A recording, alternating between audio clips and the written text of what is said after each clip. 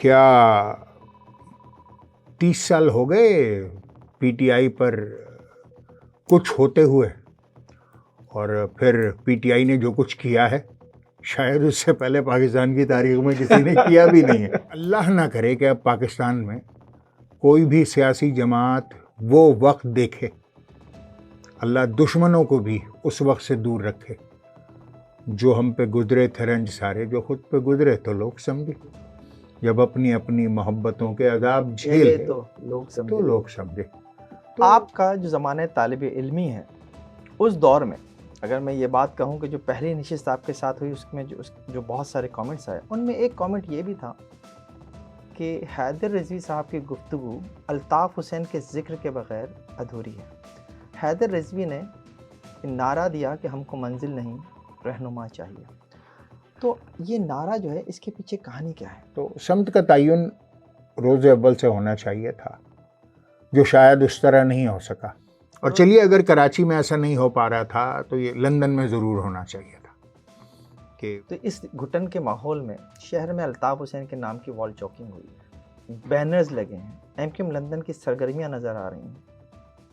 क्या हो रहा है? आज पाकिस्तान का मकबूल तरीन लीडर कौन है?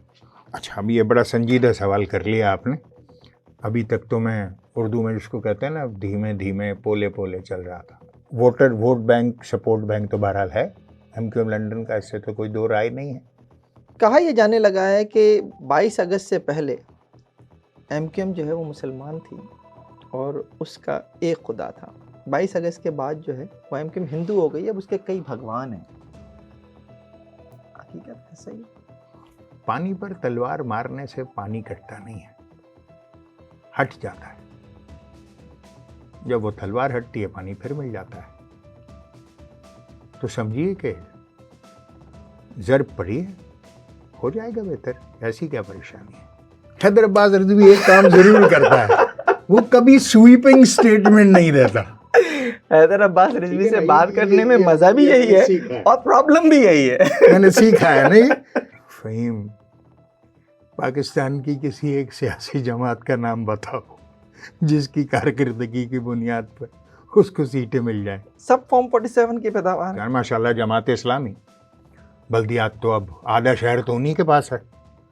कारकर्दगी आप बताइए, शानदार, मतलब चमक रहा है शहर, दमक रहा है शहर, खिल उठा है शहर, मुस्कुरा रहा है शहर, जगमगा रहा है कराची शहर। ऐसे ही कुछ पाकिस्तान के को आपको इंतज़ामी तौर पर बहुत सारे सूबे, या आप जिसको कहते हैं कि एडमिनिस्ट्रेटिव यूनिट्स बनाने होंगे, सूबे कह लें, स्टेट्स कह लें, इंतज़ामी यूनिट्स कह लें, what ever you may call it, मगर आपको पाकिस्तान का इंतज़ाम और इंसराम मजबूत बनाने के लिए सारी दुनिया की तरह, आपके पड़ोसी मुल्कों की तरह आपको नए यूनिट्स बनाने पड़ेंगे। तो मौजूदा आर्मी चीफ हैं वो भी ये बात कर चुके हैं कि मजीद सूबे तो बनने चाहिए और पूरे मुल्क में ही मजीद सूबों की तहरीकें भी हैं, तहरीकें भी हैं, हज़ारा सूबा भी बड़ी लेवल तक पूरे पाकिस्तानियों में इस बात पे कंसेंसस भी है। अब देखिए कब तक ये, लेकिन अगर हम सिंध में सूबे की बनाने की बात करते हैं तो सिंधी कट मरने की बात करता है, वो 1947 दोहराने की बात करता है। सिंधी तो इन हालात में क्या ये पॉसिबल है? नहीं, सिंध ये एक, इसको कह देना कि सिंधी कर रहा है तो शायद मैं ये ना मानूं। हाँ, कुछ लोग हैं वहाँ पर जो इस तरह की बात करते हैं, क्योंकि वो ये कहते नज़र आते हैं मुझे कि सिंध धरती हमारी माँ है। यकीनन होगी, तो फिर पाकिस्तान आपकी क्या है?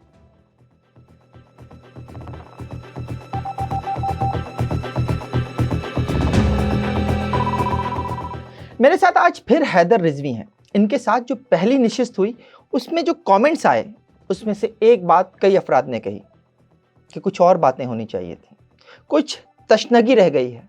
तो इस तशनगी को मिटाने या कम करने के लिए हमने आज हैदर रिजवी साहब को फिर जहमत दी है। कोशिश करते हैं कि कुछ तशनगी कम हो जाए। Welcome in FIR again Haider भाई। बहुत शुक्रिया।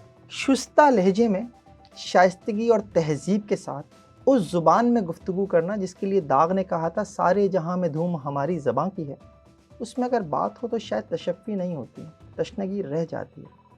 तो ये आवाज़ का ज़ेरो बम, ये गुफ्तगू का पेचो खम और ये लफ्ज़ों का खेल, ये सब सीखा कहाँ से? फ़हीम, मेरे ख़्याल से लोग अपने अपने घरों के आईनादार होते हैं। ठीक है। जो आप घर से सीखते हैं, घर में सुनते हैं, वही आप बोलना शुरू करते हैं। और ख़ास तौर पर ज़बान, जो बहरहाल अपने पीछे तहज़ीब का एक बड़ा समंदर लिए मौजूद होती है। तो जब आप एक तहज़ीब याफ्ता, पढ़े लिखे, समझदार, बाशऊर और इल्म व अदब से वाबस्ता घराने से निकलकर बाहर कोई भी आएगा तो शायद उसका लब व लहजा यही बनेगा। तो कोई ऐसा मुख्तलिफ नहीं है। मेरे ख़्याल से अहले कराची अक्सरियत से इसी तरह ही गुफ्तगू करते हैं। आपके चाहने वालों को आपका ये अंदाज़े गुफ्तगू पसंद भी है। लेकिन एक बात ये बताइएगा कि आप एमक्यूएम में रहे, एमक्यूएम में भी तरबियती और फ़िक्री नशिस्तें हुआ करती थीं, वहाँ से भी कुछ सीखा क्या? देखिए, यकीनन एमक्यूएम में बाकायदा एक सिलसिला था, और जब हम तालिब इल्म थे और उसके बाद आगे चले तो तरबियती नशिस्तें तो बहुत हुआ करती थीं, जहाँ कारकुन को फ़िक्री बुनियाद पर आरास्ता व पैरास्ता किया जाता था।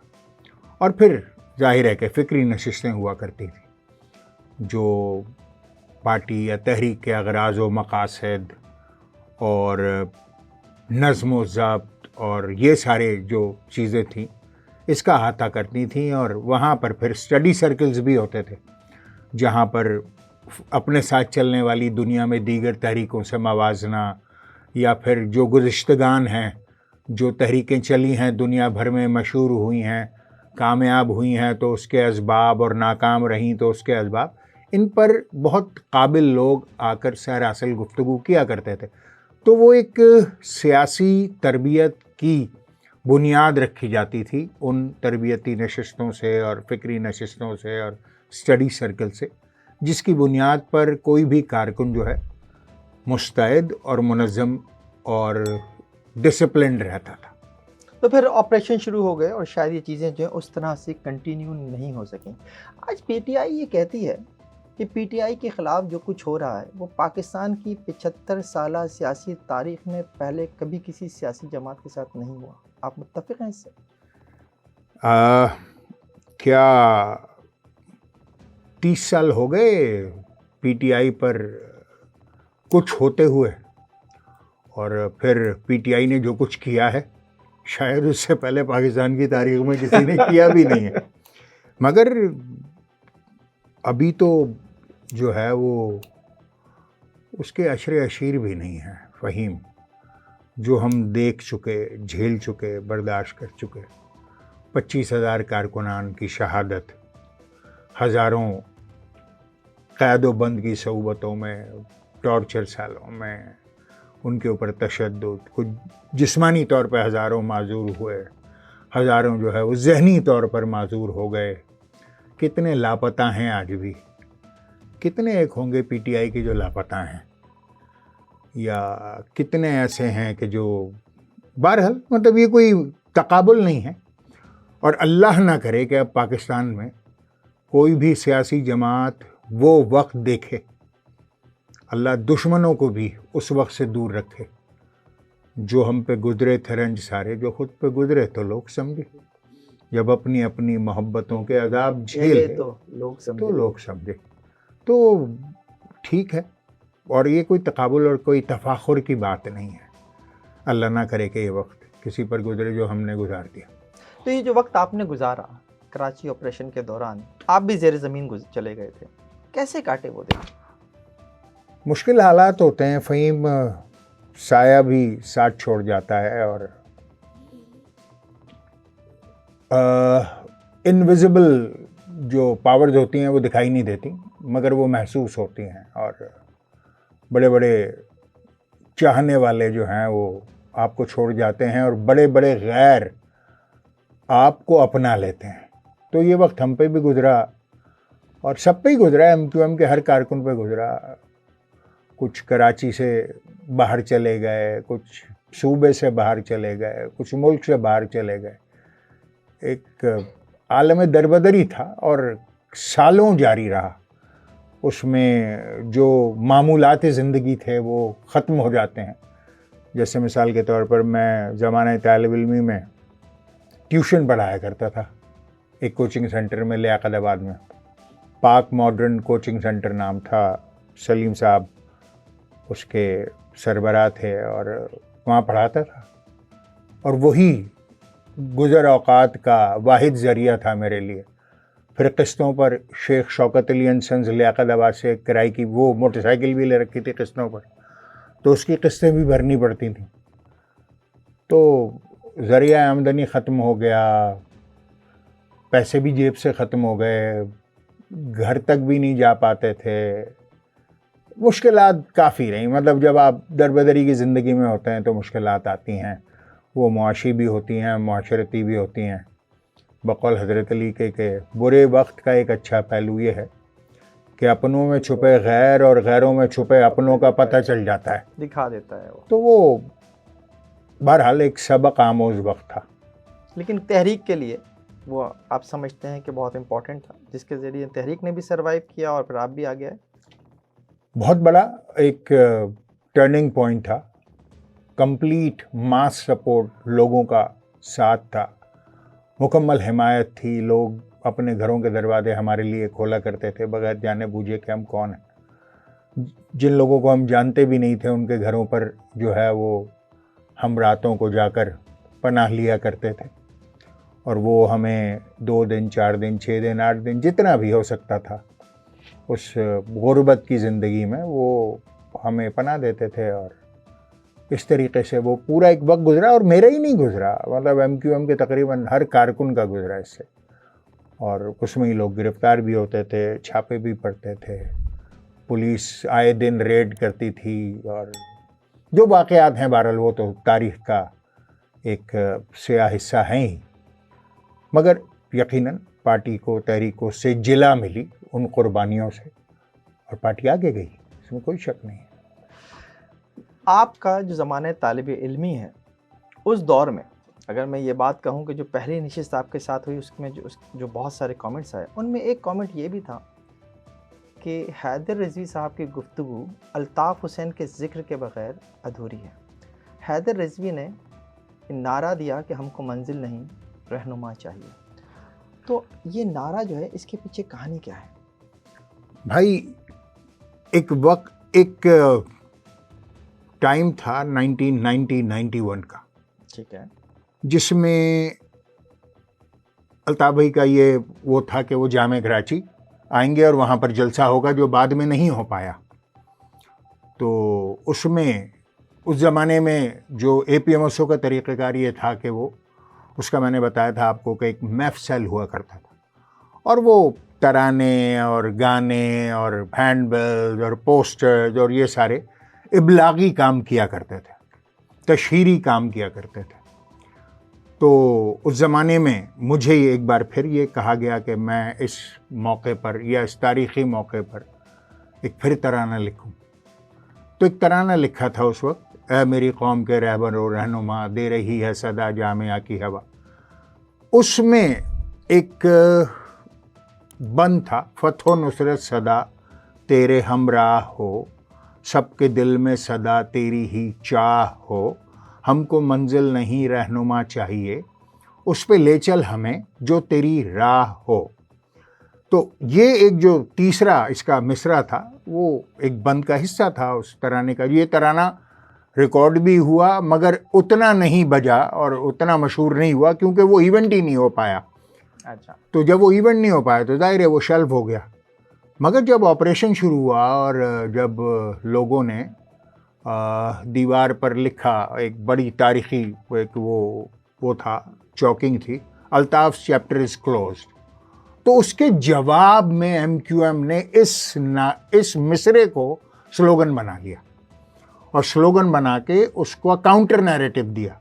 तो ये वो मिसरा था जो काउंटर नैरेटिव बना उसका और बाद में कैरी ऑन कर गया। तो वो एक मखसूस वक्त के लिए इस्तेमाल किया गया था जो कि आगे भी चलता रहा, लोग इस्तेमाल करते भी रहे, अच्छे मानों में भी करते रहे, बुरे मानों में भी करते रहे, लोग रिबट करने के लिए भी करते रहे और लोग तंज करने के लिए भी करते रहे और आज तक कर रहे हैं। कौम तो इस नारे के लेकिन पीछे चल पड़ी थी, लेकिन कौम को ना मंजिल मिली और ना रहनुमा। आप आज एमकेएम पाकिस्तान का हिस्सा हैं। एमकेएम जिन मकासद के लिए बनी थी और जो मंजिल ठहरी थी वो तो धुआं हो चुकी। आज एमकेएम पाकिस्तान में इख्तिलाफात इस नौइयत के हैं कि रहनुमा एक दूसरे की शक्ल देखना नहीं चाहते। क्या इस तरह मंजिल मिलेगी? देखिए, मैं इस बात से इनकार नहीं करता कि हर सियासी जद्दोजहद में एक सिमत का तयन ज़रूरी है, एक मिशन स्टेटमेंट होना चाहिए। What is your reason to exist? आपकी सियासी जमात, चाहे वो कोई भी हो, चाहे वो इवन सियासी जमात पाकिस्तानी हो या कहीं दुनिया में कहीं की भी हो, या दुनिया की कोई भी ऑर्गेनाइजेशन हो, किसी भी तरीके की, फाइनेंशियल इंस्टीट्यूशन हो, बैंक्स हों, या कोई बिजनेस इंस्टीट्यूशन हो, कोई भी इंस्टीट्यूशन हो, किसी तरह का भी, चाहे वो कोई पॉलिटिकल पार्टी हो, उसका एक रीज़न टू एग्जिस्ट होता है। ऐसा ही है। उसका एक मिशन स्टेटमेंट होता है। तो अगर हम देखें तो पाकिस्तान की दीगर सियासी जमातों की तरह शायद हमारी सियासी जमात में भी ये नुक्ता लैक करता है, जो बड़ा प्राइम है मेरे ख्याल से। तो समत का तयन रोज़े अव्वल से होना चाहिए था, जो शायद उस तरह नहीं हो सका। रोज़े अव्वल से आपकी क्या मुराद है? 1978 की बात कर रहे हैं, 1984 की बात कर रहे हैं, या 2016 की बात कर रहे हैं? देखिए फ़हीम, हमें चीज़ों को जो ग्राउंड रियलिटीज़ हैं उसके साथ देखना चाहिए। 1978 में जो APMSO की लीडरशिप थी, अल्ताफ़ भाई, अज़ीम भाई, डॉक्टर इमरान फ़ारूक, तारिक जावेद और ये सारे जो लोग थे, अमीन उल हक और डॉक्टर फ़ारूक सत्तार वगैरह, जो इब्तिदाई दौर के लोग हैं, दे वर यंग बॉयज़, 20, 21, 22, 23 साल की इनकी उम्रें, ना कोई सियासी तजर्बा, ना कोई पॉलिटिकल पैडिग्री, मतलब किसी सियासी खानवादे से किसी का कोई वास्ता नहीं। ऐसा ही है।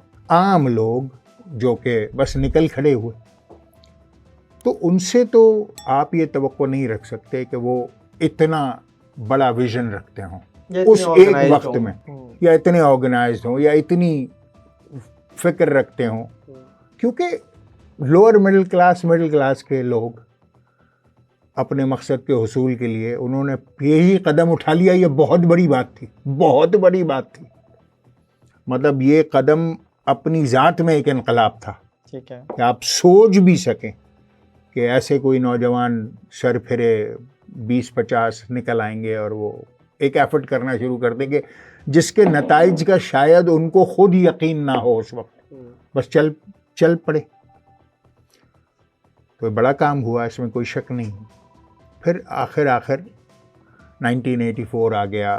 MQM एक तलबा तंजीम से एक सियासी जमात बनी और 87 में हक परस्त के नाम से इंतखाब भी लड़ लिया। कराची हैदराबाद में स्वीपिंग थम्पिंग मेजॉरिटी, हैदराबाद से तो जो मेयर जीते वो तो बिला मुकाबला जीत गए। कराची से भी तकरीबन बिला मुकाबला डॉक्टर फारूक सत्तार हो गए।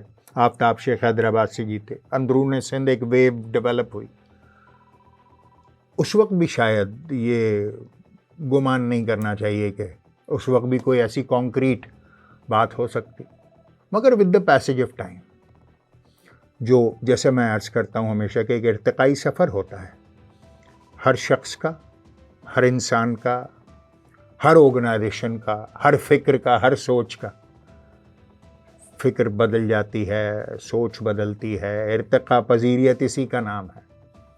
पहले आप लोकल लेवल पे सोचना शुरू करते हैं, फिर आप प्रोविंशियल लेवल पे सोचना शुरू करते हैं, फिर आप नेशनल लेवल पे सोचना शुरू करते हैं, आपको ग्लोबल लेवल दिखाई देने लगता है, फिर आप उसके मुख्तलिफ एंगल से निकलते हैं। कोई चीज़ों को रिलीजियस आस्पेक्ट में देखता है, कोई सेक्युलर आस्पेक्ट में देखता है, कोई सोशलिस्ट आस्पेक्ट में देखता है, कोई कैपिटलिस्ट आस्पेक्ट्स में देखता है।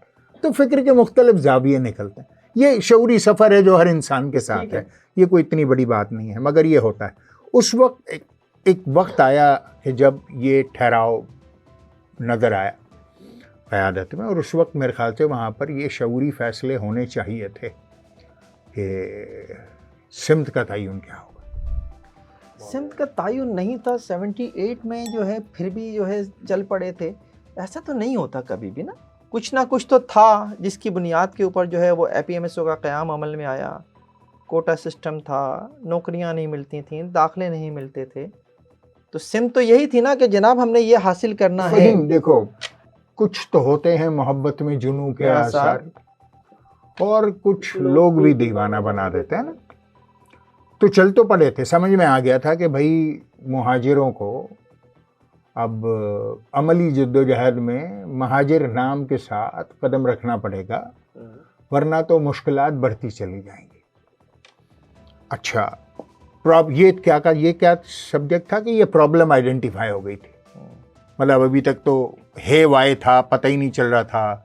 बुशरा जादी इंसिडेंट हो गया, अजमेर नगरी वाले वाक़यात हो गए, कस्बा अलीगढ़ हो गया, तो अभी तक तो आप उसको कोई नाम ही नहीं दे पा रहे थे। प्रॉब्लम को आइडेंटिफाई करने की ही किसी की हिम्मत नहीं थी कि भाई ये जितना कुछ भी हो रहा है, ये इंसिडेंट्स हो रहे हैं, ये मुहाजिर नाम पर किए जा रहे हैं। इसी तरह जो मुलाजमतों, तालीम के दरवाज़े बंद करना, ये सारे मसाइल जो कराची, हैदराबाद या अर्बन सेंटर्स ऑफ सिंध के साथ जो सलूक रवा रखा जा रहा है, उसकी बुनियाद अर्बन रूरल नहीं है, बल्कि सीधा सीधा मुहाजिरों को जो है वो निशाना बनाया जा रहा है।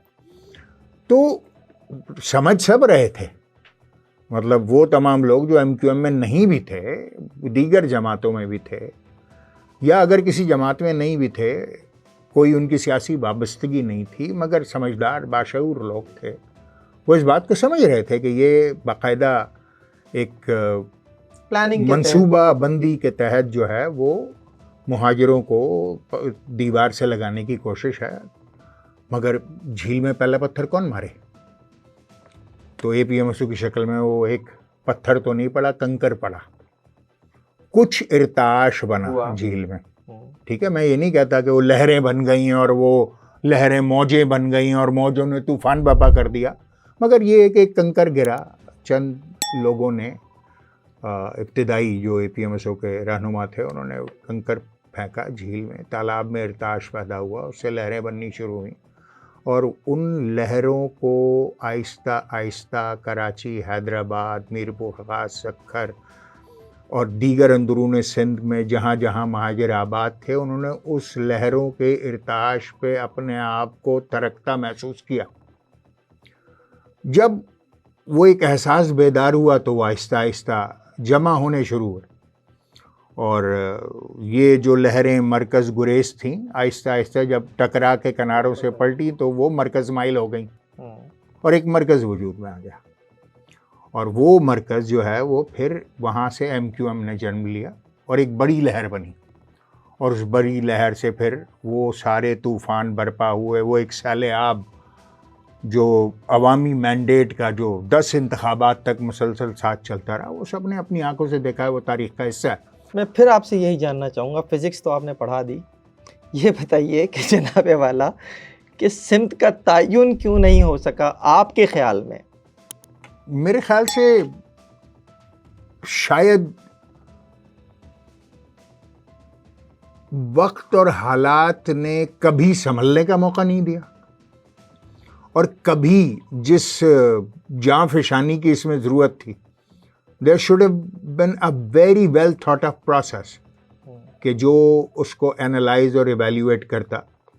और चलिए, अगर कराची में ऐसा नहीं हो पा रहा था तो ये लंदन में ज़रूर होना चाहिए था कि वहाँ पर कदरे जो थी वो आसानी थी, और वहाँ पर ये बैठ के सोचा जा सकता फिर था। वो तरबियती, वो फ़िक्री नशिस्तें, वो स्टडी सर्कल, वो सब क्या कर रहे थे फिर? नहीं, देखिए, कारकुनों को मुनज़्ज़म और मुतहर्रिक रखना एक और अलहदा बात है।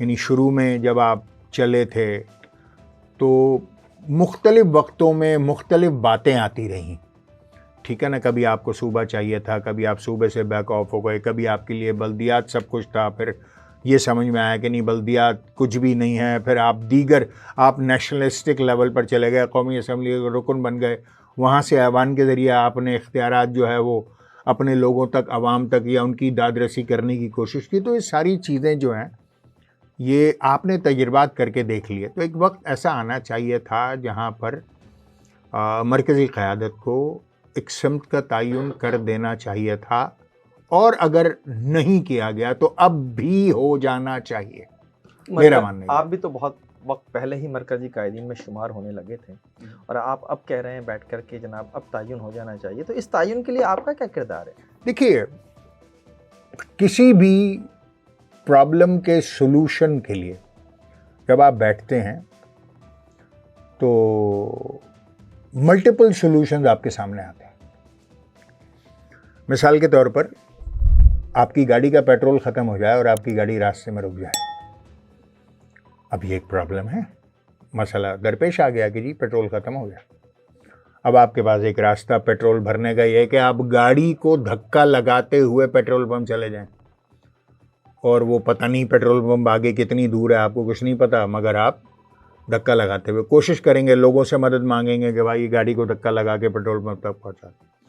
कुछ लोग ऐसा करते हैं कि वो जो है वो किसी मोटरसाइकिल वाले को हाथ देकर वो डिब्बा दिखाते हैं कि भाई मेरे पेट्रोल ख़त्म हो गया। मोटरसाइकिल वाला सीधे जाते हुए उसको पेट्रोल पंप पे उतार देता है, और अगर जेब में स्टूडेंट है, आपके पैसे नहीं है, 1 लीटर के बाद आपके पैसे ख़त्म हो गए तो दूसरी तरफ रोड के खड़े होके आप लिफ्ट ले लेते हैं। तीसरा ये होता है कि आप कोई रिक्शा पकड़ लेते हैं और रिक्शा आपको पेट्रोल पंप तक ले जाता, आप उससे डील बना लेते हैं कि भाई आने जाने के पैसे तय कर लो।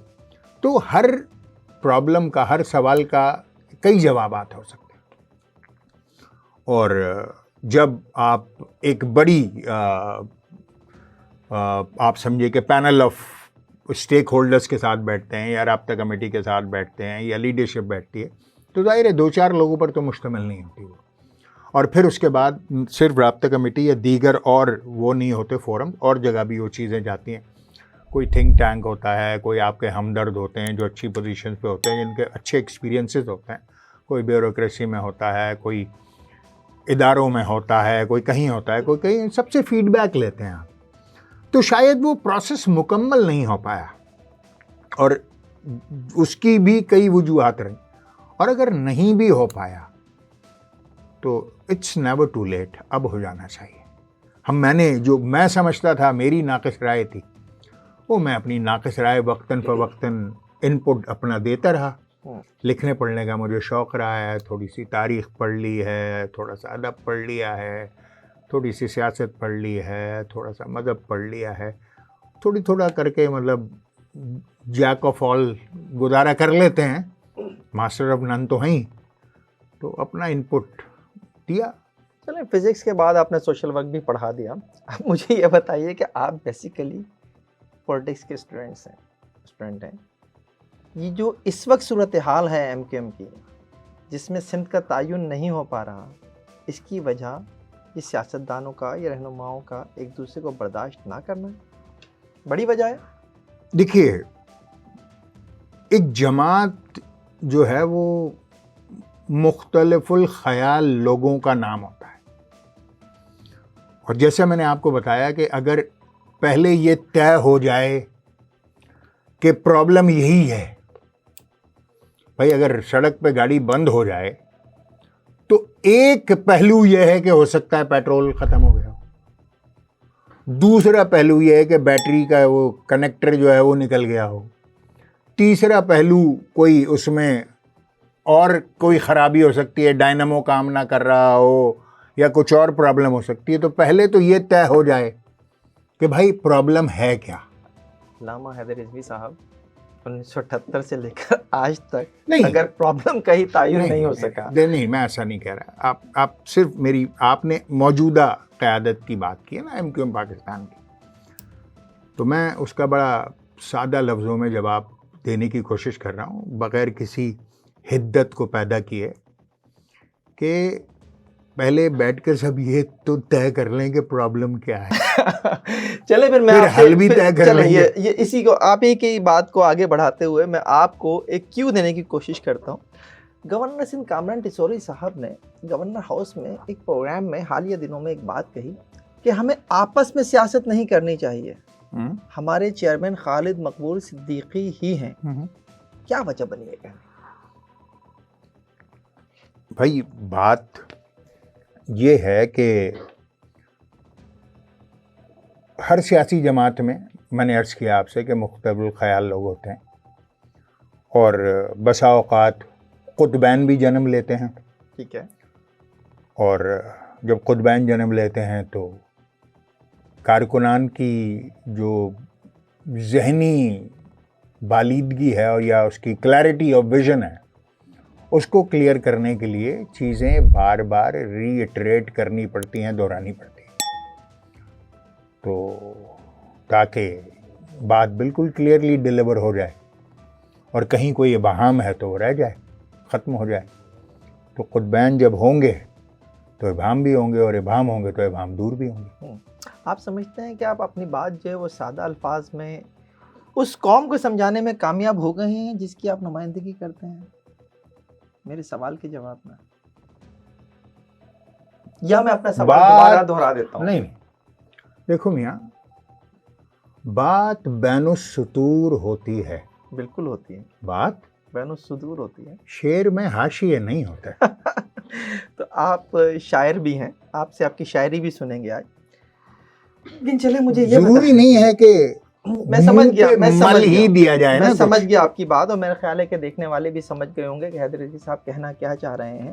हैदर अली साहब से अगला सवाल कर लेता हूँ। पाकिस्तान पीपल्स पार्टी जो कुछ सिंध और बिलखुसूस कराची में कर रही है, उसके बाद सियासी जमातों, दीगर सियासी जमातों, मैं तो अगर ये कहूँ कि कौमियतों के लिए स्पेस ख़त्म होता चला जा रहा है तो ये गलत नहीं होगा। और जो कुछ इंटर बोर्ड और कराची बोर्ड, मैट्रिक बोर्ड में हुआ है वो उसकी वाज़ेह मिसाल है। एमक्यूएम उसके ऊपर भी खामोश रही है, तो एमक्यूएम सर्वाइव कर पाएगी इन हालात में? नहीं, खामोश तो नहीं है एमक्यूएम, और एमक्यूएम के जो लीडर ऑफ द ऑपोजिशन है अली खुर्शीदी, वो काफ़ी एक्टिव हैं और ऑन द फ्लोर भी बहुत एक्टिव है। एमक्यूएम के एमपीएस भी काफ़ी एक्टिव हैं, मगर जाहिर है कि शोर ही कर सकते हैं। अगर कुछ कर सकते होते तो हुकूमत होते, जो शोर करते हैं वो अपोजिशन होते हैं, जो कुछ करते हैं वो हुकूमत होते हैं। और जाहिर है कि तारीख़ एक बार फिर ये सब कुछ रकम कर रही है और इससे घुटन और हब्स भी बढ़ रहा है। अहले कराची बड़ी खामोशी से इन चीज़ों को देख रहे हैं, मगर हब्स भी बढ़ रहा है। वो तमाम फैसला साज जो इस सूरत हाल को देख रहे हैं, मेरे ख्याल से उनको इस सूरत हाल को संभालने में उजलत करनी चाहिए। जब हब्स बढ़ता है तो मौसम तब्दील होता है, बाज़ औक़ात बारिश होती है तो बारिश जो है वो तूफ़ान की शक्ल भी इख्तियार करती है, बहा के ले जाती है, बहुत कुछ बहा के ले जाती है। तो कुछ ऐसे आसार हैं क्या? हब्स बढ़ेगा तो बस, जैसे कि जोश मली आबादी ने कहा था ना कि इस कदर हब्स है कि लू की दुआ मांगते हैं लोग।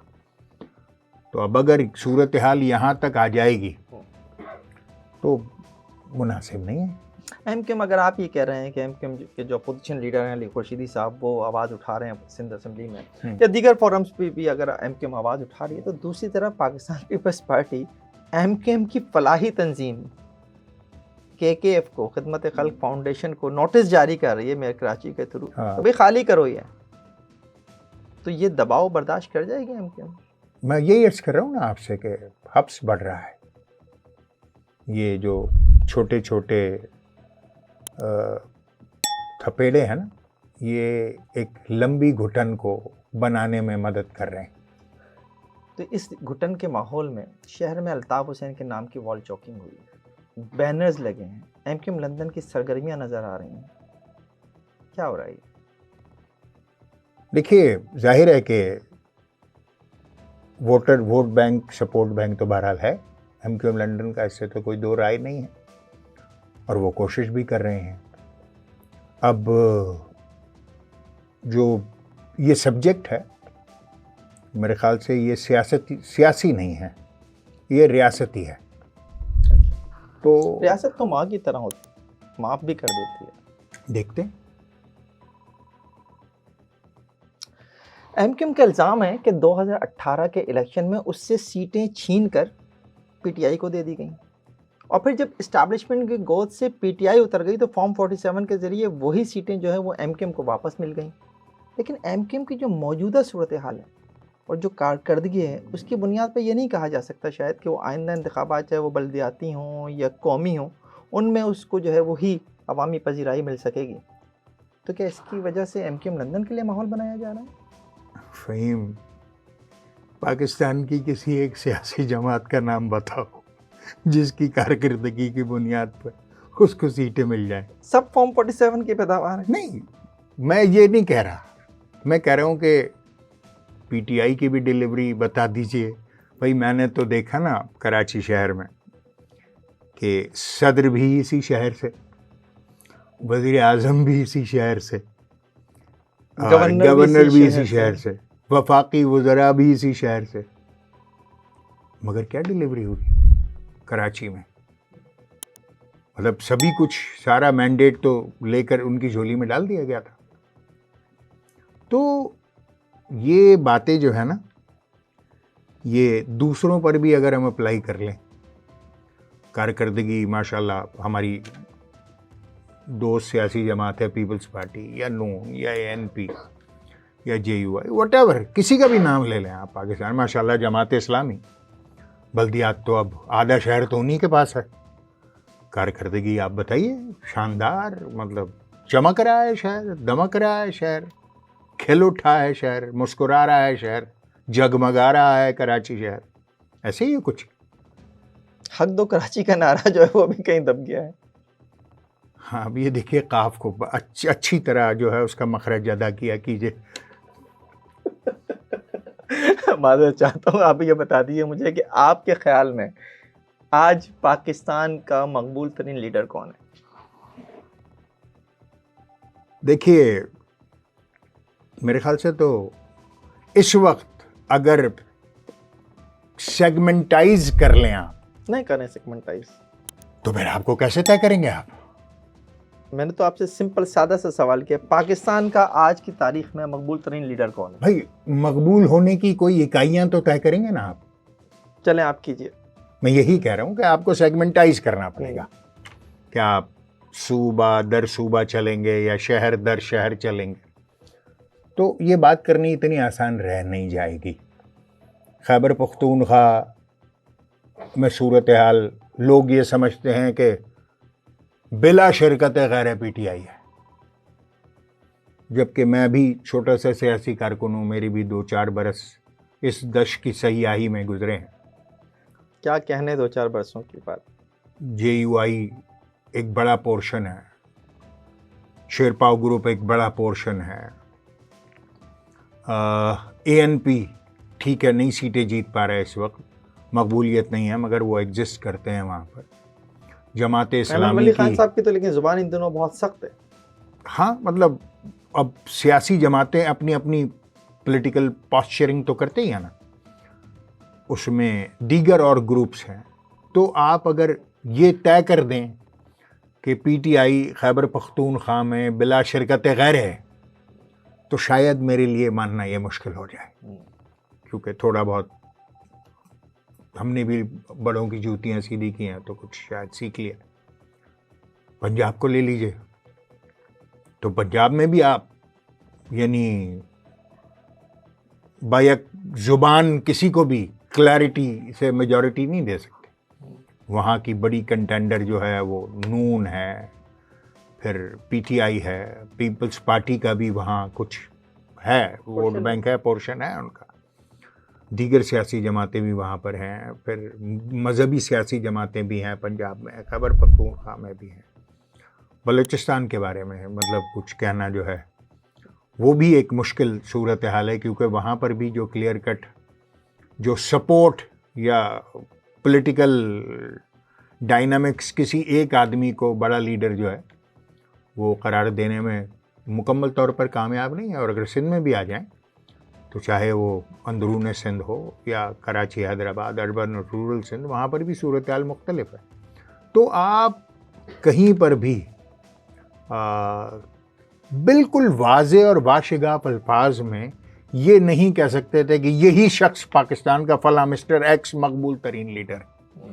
पाकिस्तान की जो पॉलिटिकल डायनामिक्स हैं वो बड़ी मुख्तलिफ हैं और वो इतनी आसानी से नहीं कहा जा सकता। तो ये मेरा अपना सियासी तज्जिया है, आपको इख्तिलाफ रखने का भी हक हो सकता है। मिस्टर एक्स और मिस्टर वाई के दरमियान जो मुज़ाकरात की एक कोशिश थी वो काफ़ी हद तक नाकाम होती नज़र आ रही है। बैरूनी दबाव भी है। कुछ सूरत हाल बेहतर होगी पाकिस्तान की, या ये सियासी अनस्टेबिलिटी इसी तरह रहेगी? मतलब आप अनस्टेबिलिटी किसको कहते हैं? जो इस वक्त सियासी माहौल है, हुकूमत को मैं अपने सवाल की वजाहत कर देता हूँ। मुस्लिम लीग नून हो, ये इस वक्त मौजूदा हुकूमत हो, वो इस वक्त पूरी तरह से इंगेज है पाकिस्तान पीटीआई के हाथों। तो जो एक फोकस करना चाहिए फलाही कामों के ऊपर आवाम के लिए, वो शायद उस तरह से फोकस नहीं कर पा रहे। इस बात को हो सकता है आप ना तस्लीम करें, लेकिन हकीकत यही है कि आवाम के लिए डिलीवरी नहीं है, जो आपने भी माना एक वक्त पहले। अच्छा, अगर आप तय कर लेंगे कि हकीकत यही है तो फिर जाहिर है मेरी जरूरत के मैं आपके सामने इनकार मैंने तो आप ही की बात भी ला सकूं। मैंने तो आप ही की बात तो ये नहीं कहा कि हकीकत है, मैंने कहा ये तो मेरा अपना पॉइंट ऑफ व्यू है, आप इनकार कर दीजिए। मगर अगर आप तय कर लेंगे तो फिर जो चाहे आपका उसने करिश्मा साज करे। देखिए भाई, बात ये है कि हुकूमत कई प्लेन्स के ऊपर बैक वक्त काम कर रही होती है। एक पॉलिटिकल प्लेन होता है जहां पर चीजें मैनेज्ड हैं, मुझे कोई प्रॉब्लम दिखाई नहीं दे रही उनमें। रोज मुज़ाकरात हो रहे हैं, रोज रूठ रहे हैं, रोज मनाए जा रहे हैं, एंगेजमेंट वहां पर है। ये एंगेजमेंट पीटीआई की तरफ से, वही मेरिट नहीं, दोनों तरफ से। देखिए, एंगेजमेंट एक तरफ से नहीं हो सकती। अगर आप ये तय करके बैठ जाएं कि आपको मेरे साथ प्रोग्राम नहीं करना तो नहीं होगा, एग्रीड है ना। अगर आप भी इंगेज होना चाहें, शायद मैं आपकी शान में कोई ऐसी बात करूं जो आपको पसंद ना आए, तो आप नाराज़ भी होने का हक रखते हैं। फिर मैं कहूँगा गलती हो गई, माफ़ कर दीजिए, फिर आप बड़े भाई की हैसियत से मुझे गुंजाइश भी दे देंगे। तो ये सियासी एक अमल है और ये चल रहा है, ठीक है। अच्छा, दूसरा जो बड़ा चैलेंज था, वो जो तलवार बिल्कुल सर पर लटक रही थी, वो माशी थी। और वन वे और दी अदर, कुछ भी करके आपके जो माशी इशारे हैं वो मजबूत होते चले जा रहे हैं, ठीक है। और बहुत वाज़े तौर पर एक बड़ा फ़र्क नज़र आ रहा है आज से 3 साल, 2.5 साल, 2 साल पहले वाली सूरत हाल में और आज की सूरत हाल में। ना तो आप इकनॉमिस्ट हैं मेरा ख्याल है, और ना ही मैं, लेकिन आप भी सियासत का तालिब इल्म हूँ, मैं भी थोड़ा बहुत सहाफ़त का तालिब इल्म हूँ। ये जो आप बात कर रहे हैं इकनॉमी बेहतर होने की, इसके पीछे दूसरी दुनिया से लिए गए कर्ज़े भी तो बहुत अहम हैं, जो कहीं ना कहीं हमने लौटाने हैं, और उसका एक असर जो है वो आवाम पे ही आता है। मैंने पाकिस्तान की मईशत के बेहतरीन हो जाने की बात नहीं की, मैंने कहा माशी इशारे बेहतर होते चले जा रहे हैं। हैदर अब्बास रिजवी एक काम जरूर करता है, वो कभी स्वीपिंग स्टेटमेंट नहीं देता। हैदर अब्बास रिजवी से बात करने में मजा भी यही है और प्रॉब्लम भी यही है। मैंने सीखा है नहीं कि बिल्कुल स्वीपिंग स्टेटमेंट नहीं देना, ये हो गया, वो हो जाएगा, कल ये कर देंगे, परसों वो हो जाएगा, स्वीपिंग स्टेटमेंट से। हाँ, मतलब इससे कोई भी जी होश और जी शऊर आदमी या जो माहिर माशियात हैं वो भी शायद इससे इनकार न कर पाएं कि आपके जो माशी इशारे हैं वो बेहतर हो, वो मजबूत हो रहे हैं, वो मजबूत हो रहे हैं, ऐसा इसमें कोई इनकार नहीं। अब रह गई इस बात की बात कि आप सारी दुनिया से आप लोन ले रहे हैं, लोन चुकाने हैं आइंदा भी आपको, अगर तो वो आपके किसी प्लान का हिस्सा हैं तो कर्ज लेने में बुराई नहीं है। दुनिया के सबसे बड़े मकरूज मुल्क का नाम अमेरिका है, ऐसे है, मगर वो एक माशी मंसूबाबंदी के साथ चल रहे हैं, और वो अपनी माशी मंसूबाबंदी के साथ चलते हुए हुकूमत के रद्दोबदल के बावजूद वो अपने माशी मंसूबे पर अमल पैरा रहते हैं। हमारे यहाँ सूरत हाल कदरे मुख्तलिफ रही है कि हमारे माशी मंसूबे हुकूमतों के साथ लिपट जाते हैं, ऐसे ही, और इसलिए ये जो है वॉइड्स बनते हैं, ये खला आते हैं बीच में। तो अगर तो हम ये तय करें, जैसे मैंने अभी गुज़िश्ता दिनों में पढ़ा भी, सुना भी, देखा भी, मीडिया में भी देखा कि वर्ल्ड बैंक दुनिया की तारीख में पहली बार पाकिस्तान को, किसी भी मुल्क को दुनिया के, सबसे बड़ी ग्रांट प्लस एड और लोन देने जा रही है जो 20 बिलियन US डॉलर्स का है। मगर उसमें उनका ज़ाहिर मुतालबा यही है कि आइंदा आने वाले 10 वर्षों में एक मंसूबाबंदी के तहत इस रकम को खर्च किया जाए ताकि पाकिस्तान की माशी तरक्की को बेहतर बनाया जाए और हुकूमती रद्दोबदल चाहे वो कितने ही बरस में क्यों ना हो, वो उस माशी मंसूबे के लिए कोई भी नुकसान या ज़रर रसा नहीं होना चाहिए, बल्कि वो पाकिस्तान को उस माशी मंसूबे पर अमल पैरा रहना चाहिए। तो माशी मैदान में कम से कम सूरत हाल बेहतर होने की नवीद तो आने लगी है। अब दीगर बाकी अब खारजा के जो महाज हैं वो बहरहाल अपनी जगह चैलेंज हैं। आप के जो बॉर्डर्स हैं, अफ़गानिस्तान के साथ आपका इतना बड़ा बॉर्डर है, इंडिया के साथ इतना बड़ा बॉर्डर है आपका, ईरान की जो सूरत हाल रही है गुज़िश्ता सालों में, जाहिर है कि वो पॉलिटिकली बहुत हैवीली इंगेज रहा है। जो सूरत हाल लीबिया इसराइल के साथ है, जो इज़राइल के साथ जो एक वो है, फिर उसके साथ वो दीगर और भी शाम और लेबनान और यमन और ये दीगर, ये सारे जो ये आपके पड़ोसी ममालिक हैं, इनके इम्पैक्ट्स क्रिएट होते हैं आपके ऊपर।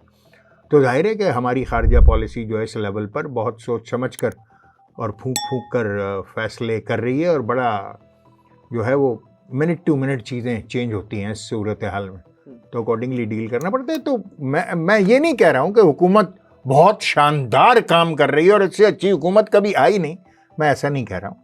स्वीपिंग स्टेटमेंट तो आप देते नहीं। मैं ये कह रहा हूँ कि सूरत हाल अगर आज से 3 बरस पहले की देखें या 2 बरस पहले की देखें तो शायद सूरत हाल बेहतर होती नज़र आती है। अच्छा, इससे पहले कि मैं आपसे आखिरी सवाल करूं, मैं आपसे ये जानना चाहूँगा कि इस सारी सियासी सूरत हाल में एक तब्दीली जो है वो ये नज़र आई कुछ दिन पहले, या लाने की कोशिश की गई कि चूंकि अमेरिका में इलेक्शन के नतीजे में ट्रंप जीत कर आ गए हैं, तो उसका असर जो है वो पाकिस्तानी सियासत पे बहुत तेज़ी से पड़ेगा और उसके नतीजे में इमरान खान बाहर आ जाएंगे। आपको लगता है कि इस हद तक जो है वो दबाव पाकिस्तान लेता है? क्योंकि माजी में हमें नवाज शरीफ के मामले में सऊदी दबाव नज़र आया था। देखिए, मफरूज़ों की बुनियाद पर जो है वो फैसले तो नहीं होते। You need real data behind your decisions. कुछ लोग हैं जो खुशगुमान हैं और वो चाहते हैं, क्योंकि इसलिए समझते भी हैं कि शायद ऐसा कुछ हो जाए, मगर ये चीज़ें इतनी आसानी से होती नहीं हैं। ये मेरा ज़ाती तजुर्बा है और मैं गलत भी हो सकता हूँ। एमक्यूएम की सियासत पे वापस आए, आखिरी 2 सवाल मैं आपसे करना चाहूँगा। कहा यह जाने लगा है कि 22 अगस्त से पहले एमक्यूएम जो है वो मुसलमान थी और उसका एक खुदा था। 22 अगस्त के बाद जो है वो एमक्यूएम हिंदू हो गई, अब उसके कई भगवान हैं। हकीकत ऐसा ही? वही देखिए, जहाँ तक मेरी मालूमात है, और मैं कोई पढ़ा लिखा आदमी तो हूँ नहीं, भगवान तो हिंदुओं का भी एक है और अनदेखा है। और जिसने ये सुर्खी लगाई थी उस शख्सियत को भी मैं जानता हूँ। तो ऐसा कुछ भी नहीं है। पानी पर तलवार मारने से पानी कटता नहीं है, हट जाता है। जब वो तलवार हटती है पानी फिर मिल जाता है। तो समझिए कि ज़र्ब पड़ी है, हो जाएगा बेहतर, ऐसी क्या परेशानी है। आपने एक बात कुछ देर, आखिरी सवाल शायद मैं आपसे करने लगा, आपने कुछ देर पहले बात की कि एमक्यूएम अपने महाजे सूबे के मुतालबे से भी एक पकड़े पीछे हटी है। जो आज सूरत हाल है कराची और समय सिंध के शहरी इलाकों की, उसमें आप समझते हैं कि महाजे सूबा, ये एक अलग सूबा, ये एक अलग इंतज़ामी यूनिट जो है वो मसाइल को हल करने में मददगार होगा? अच्छा, अभी ये बड़ा संजीदा सवाल कर लिया आपने। अभी तक तो मैं उर्दू में जिसको कहते हैं ना, धीमे धीमे पोले पोले चल रहा था। देखिए, पाकिस्तान, मेरी, अब हो सकता है मैं गलत हूँ, पाकिस्तान का जो असल मसला है ना वो मुआशी नहीं है। पाकिस्तान का जो असल मसला है वो इंतज़ामी है। हम इंतज़ामी बुनियादों पर कमज़ोर हैं। ठीक है। और जो हमें तरक्की करने के लिए अपनी इंतज़ामी कमज़ोरियों पर जो है वो शफ़क़त ले जानी है और अपने आप को मज़बूत इंतज़ामी मुल्क बनाना है पाकिस्तान को। और जो सारी दुनिया में tried tested and adopted models हैं। हमें कोई व्हील इन्वेंट करने की कोई पहिया दोबारा नहीं बनाना है। हमें दुनिया को देखना है कि दुनिया क्या करती है अपने इंतज़ाम और इंसराम को बेहतर बनाने के लिए और अपने कंट्रोल को बेहतर बनाने के लिए। वो अपने यूनिट्स को छोटा करते हैं। यूनिट्स को छोटा करने से खुदा न खास्ता कोई पाकिस्तान की इंटीग्रिटी पे सवाल नहीं बनता। पाकिस्तान जब बना था तो 13 सूबे और रियासतें थीं। फिर एक वक्त आया कि वो घट के 2 रह गए, मशरक़ी पाकिस्तान और मगरबी पाकिस्तान। फिर एक वक्त आया कि LFO से एक आमिर के कलम से ये 4 सूबे बना दिए गए और फाटा और फाना के अलग मसाइल रहे और कश्मीर और GB एक अलग वो रहा सिलसिला। तो इस पर एक कौमी मशावरत होनी चाहिए हर लेवल के ऊपर। और अगर हमें पाकिस्तान को मुस्तहकम और मजबूत मुल्क बनाना है तो मेरा ये ख्याल है, दीज आर माई 2 सेंट्स, कि ये वो बुढ़िया के 2 दिरहम हैं जो रिसालत में आपके हाथ में थे, कि पाकिस्तान के को आपको इंतज़ामी तौर पर बहुत सारे सूबे या आप जिसको कहते हैं कि एडमिनिस्ट्रेटिव यूनिट्स बनाने होंगे, सूबे कह लें, स्टेट्स कह लें, इंतज़ामी यूनिट्स कह लें, what ever you may call it. मगर आपको पाकिस्तान का इंतज़ाम और इंसराम मजबूत बनाने के लिए सारी दुनिया की तरह, आपके पड़ोसी मुल्कों की तरह आपको नए यूनिट्स बनाने पड़ेंगे। जितनी जल्दी कर लेंगे उतना जल्दी अच्छा मजबूती आ जाएगी, पाकिस्तान ताकतवर और तवाना होगा। डिले करेंगे चीज़ें मुश्किल की तरफ। तो मौजूदा आर्मी चीफ हैं वो भी ये बात कर चुके हैं कि मजीद सूबे तो बनने चाहिए और पूरे मुल्क में ही मजीद सूबों की तहरीकें भी हैं, तहरीकें भी हैं, हज़ारा सूबा भी बड़ी लेवल तक पूरे पाकिस्तानियों में इस बात पे कंसेंसस भी है। अब देखिए कब तक ये। लेकिन अगर हम सिंध में सूबे की बनाने की बात करते हैं तो सिंधी कट मरने की बात करता है, वो 1947 दोहराने की बात करता है। सिंधी तो इन हालात में क्या ये पॉसिबल है? नहीं, सिंध ये एक इसको कह देना कि सिंधी कर रहा है तो शायद मैं ये ना मानूं। हाँ, कुछ लोग हैं वहाँ पर जो इस तरह की बात करते हैं और अगर उनको पॉलिटिकल डायलॉग में इंगेज किया जाए, उनसे बात की जाए तो शायद सूरत हाल मुख्तलिफ हो सके, क्योंकि वो ये कहते नज़र आते हैं मुझे कि सिंध धरती हमारी माँ है। यकीनन होगी, तो फिर पाकिस्तान आपकी क्या है? मेरा काउंटर क्वेश्चन ये होता है कि अगर सिंध धरती आपकी माँ है तो पाकिस्तान क्या है? मैं तो कहता हूँ पाकिस्तान मेरा मादर वतन है, मेरा मुल्क है, ऐसे ही हम तो मेरी जन्नत है। हम्म। हमारा ईमान है, हमारे 20 लाख बुजुर्ग इस एक बात पर मर मिटे हैं। ऐसे ही है। तो हमारा तो मानना यह है कि पूरा पाकिस्तान हमारी माँ है।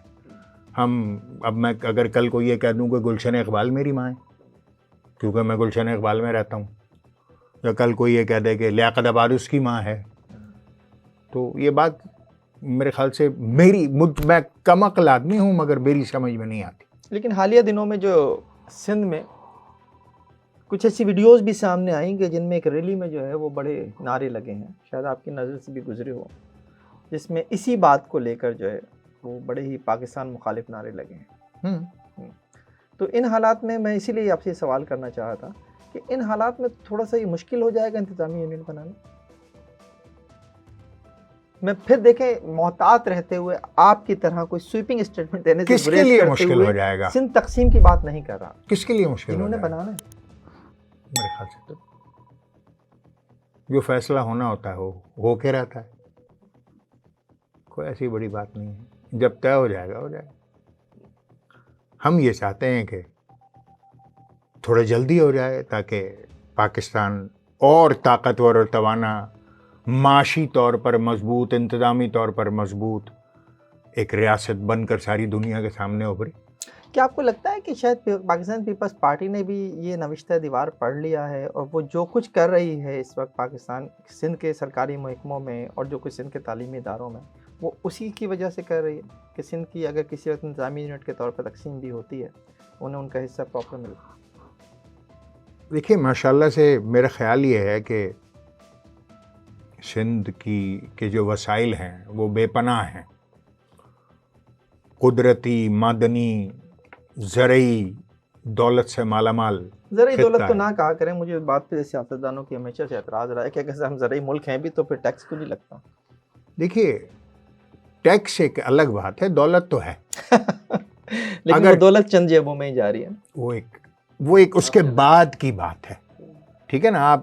आप अपने जो इंतज़ामी मामलात है उसको बेहतर कर लें तो टैक्स भी आ जाएगा। मगर बहरहाल ज़रूरी दौलत से तो मारा माल है सिंध का खित्ता, और जो मादनी दौलत है वो भी बेपनाह है, पानी भी वाफर है, तो ऐसा कोई मसला है नहीं मेरे ख्याल से। बहुत शुक्रिया हैदर रिजवी साहब आपका। शायद कुछ तशनगी कम हुई हो, मिटाने में तो शायद हम आज भी नाकाम रहे हैं। ये प्रोग्राम आपको कैसा लगा कमेंट सेक्शन में कमेंट करके ज़रूर बताइएगा। देखते रहिए FIR।